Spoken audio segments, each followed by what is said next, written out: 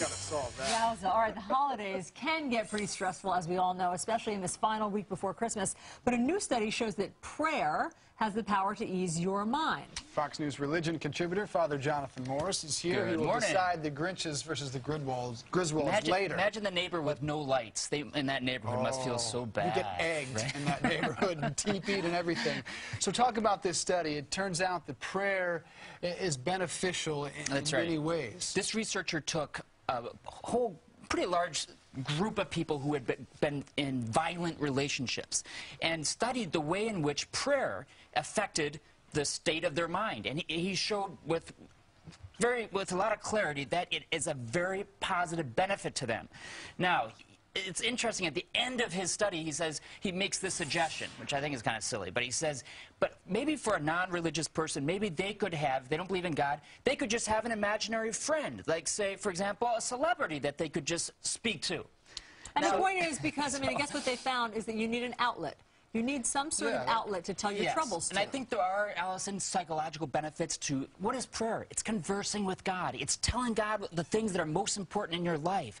Talking to Him about the real life stuff that's going on. But there's a big difference if God exists or doesn't exist. In other words, yes, psychological benefits, but if God really does exist, there's going to be feedback. There's going to be intervention. But, Father, there is some correlation between prayer and health. Right? I mean, haven't they found people who pray are healthier in general? Yes, exactly. And that's what this study is really saying. It's saying that there really are positive benefits. But I think we have to look at it as from a medical, psychological point of view.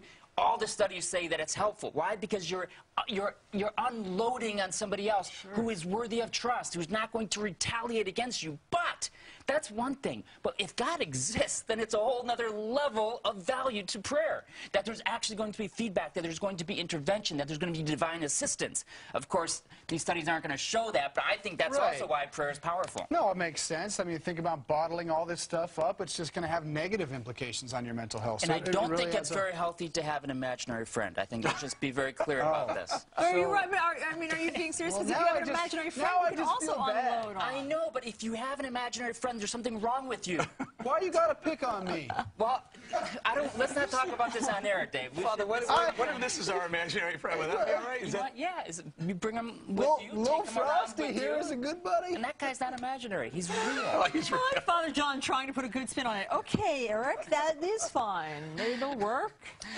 I didn't see that coming, Father. Thank you very much. Real. Imaginary is, there's something wrong. You've got, That was an interesting spin. Thank you, Coming Father up John. next, Julian Assange is about to get a taste of his own medicine.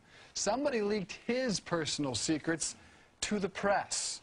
And these off-duty cops determined to be heroes when they're off the clock, too. One of them here to explain how they're helping some specially selected children. And as promised, the musical savant who got his talent after hitting his head on the bottom of a swimming pool, he's here live. Coming up.